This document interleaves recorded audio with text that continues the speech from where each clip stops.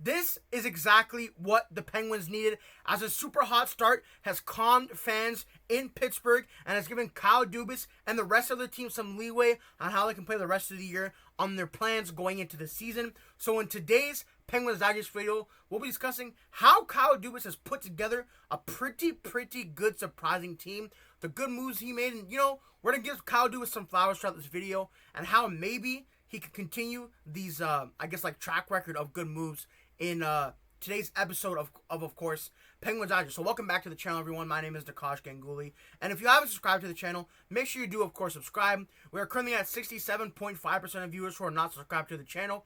So if you are in that large portion of Penguins Digest viewers who are not subscribed, why don't you hit the subscribe button? It's super easy. Scroll right down, right below me, hit that subscribe button. You can also hit that notification bell. It's free, it's easy, super simple, and then you'll get our videos right when they come out, because we're covering as much as we can here on Penguins Digest. All the big news we'll be here to cover, and the Penguins just, I believe they came off a loss to the Philadelphia Flyers. That was a wild game.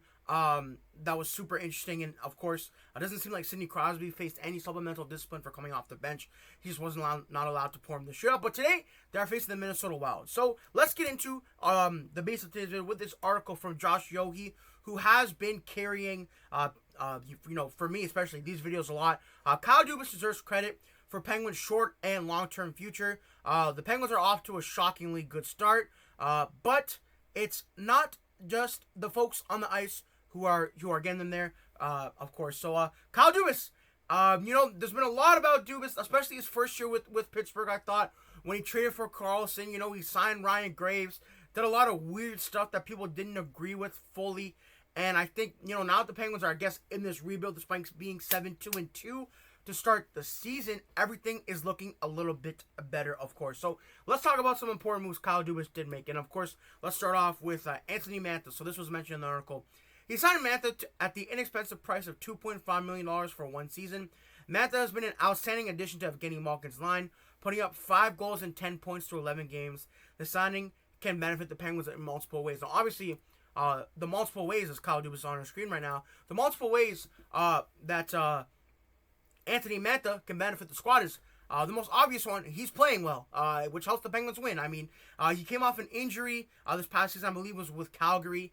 He's always been known as a guy who can consistently score. Not, of the elite scoring prowess in the NHL, but a consistent player when he is healthy. He's huge, of course, so it works out with Malkin.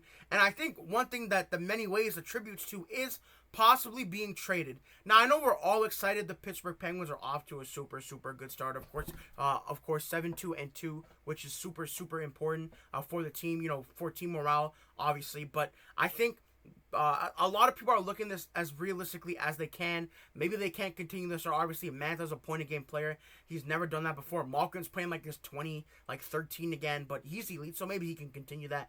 Crosby, of course, going to be good. There's been a lot of good players back there. Justin Brazeau, who we'll get into next. So maybe you could trade Anthony Mantha for, some more picks, some players, some prospects, although the Penguins do already have a lot of that, so that's super interesting. So Anthony Mantha, the first person who has been super elite, and I personally love watching him with that second line. They're just huge. It's crazy to see them on the ice, of course. So, and then we have Justin Brazeau, has been remarkable revelation through 11 games. He has produced 6 goals and 12 points. He is, in the upper echelon of goal scorers in the league right now. 12 points, of course, obviously more than a point-a-game player. Who would have thought that from Justin Brazeau? We've had a ton of videos of him on the channel, of course. This guy who was penciled in as a fourth liner when they signed him, might not be an everyday player, is currently playing top 6 minutes with Evgeni Malkin. Like, is that not wild? And obviously, Kyle Dubas did have history with this player, so it kind of made sense that Brazeau did end up in Pittsburgh. He had history with him when he was in Toronto, and then obviously this article came out because the Penguins are in Toronto, not too far from now, so it does kind of come up there. And the Leafs, they're not doing too well, if you don't know about that. So, and the Penguins, they're still thriving, so Kyle Dubas maybe takes the win there. But yeah, Brazeau obviously playing really well, playing better than we thought he would. Do I think he's going to score at a 41-goal pace? I don't know. But that would, I thought he could be like a 20-goal guy, but that would cost him to score only 14 goals to the end of the season, so that's super interesting. Maybe he can get 30, and maybe he can be like a 60-point guy. I don't know if he's going to be a point-a-game player the whole season. And I know I'm not trying to be pessimistic, but I think Penguins fans should be happy with the way they're playing. I don't know if they're going to play this well, like top 5 in the league well, the rest of the season, but it remains to be seen on that front, of course. So he has been super solid as well. And then another thing important to look at is some of the other guys they've brought in, like some rookies, some young-ish players. Harrison Brunick on the back end has been in and out of the lineup, but been good, kind of part of the developmental thing. Ben Kindle, huge. Some more on him a little bit soon. And then Ville Koivunen, you guys know I'm the president of the Ville Koivunen fan club. Super happy he's back with the squad. Of course, that first line didn't work out, but I think he's going to be huge for the Penguins in the top 6 at some point. Philip Hollander has, played decent minutes. They're all rookies Dubas brought into the organization, and it's becoming pretty clear that they could all make a significant impact in the short and long term for this organization. Kindle and Brunick look special. Dubas and draft guru Wes Clark drew flack when they reached for Kindle at number 11 during the 2025 NHL draft. Now they look like geniuses, and of course they look like geniuses because Ben Kindle is playing in his 10th NHL game tonight, which is, starts his NHL entry contract, so this will quote-unquote burn the first year, but who cares because he's playing so well. It's another checkpoint, Dan Muse said.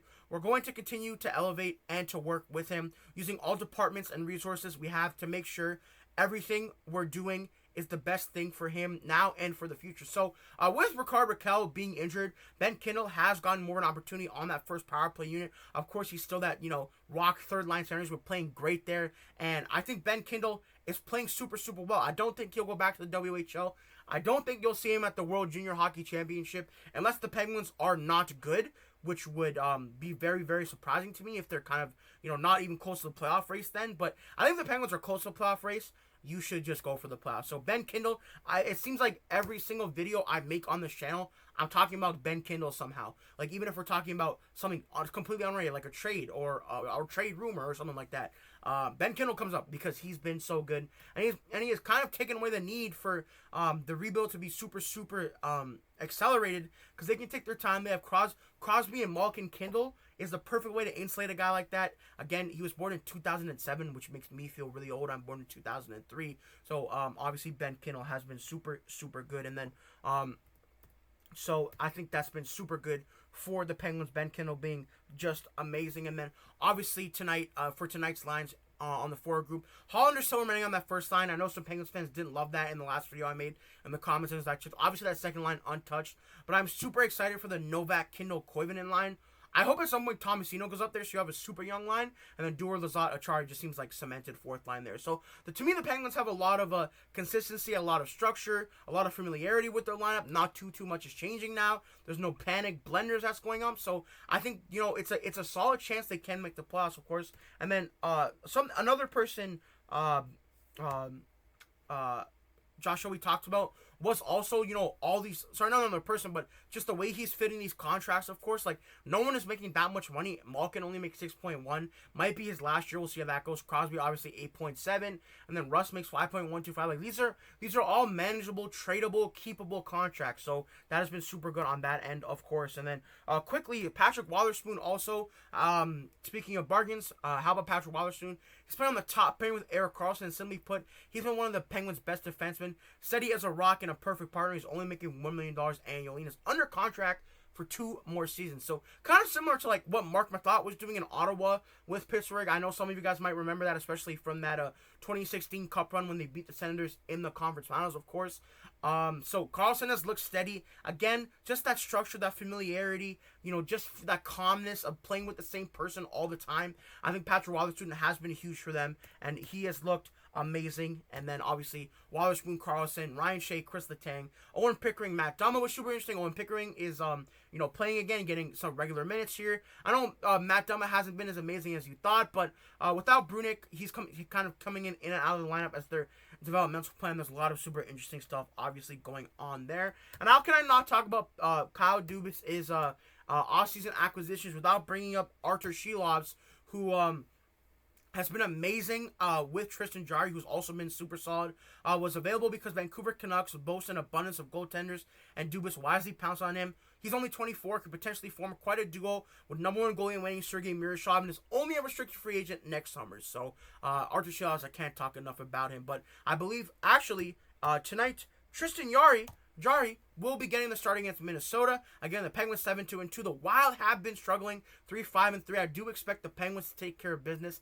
and maintain that spot at the top of the Metropolitan Division. So, guys, let me know what you guys have thought about Kyle Dubas' moves over the past, 4 or 5 months with the Pittsburgh Penguins. I've personally loved everything he's done. He's done nothing really crazy like he did when he first came in, so he's been really, really good. And again, the Penguins obviously playing the Minnesota Wild tonight. Hope you guys do enjoy the game, and of course, we'll see you guys in the next video. Peace out, subscribe. Have a good one, as always.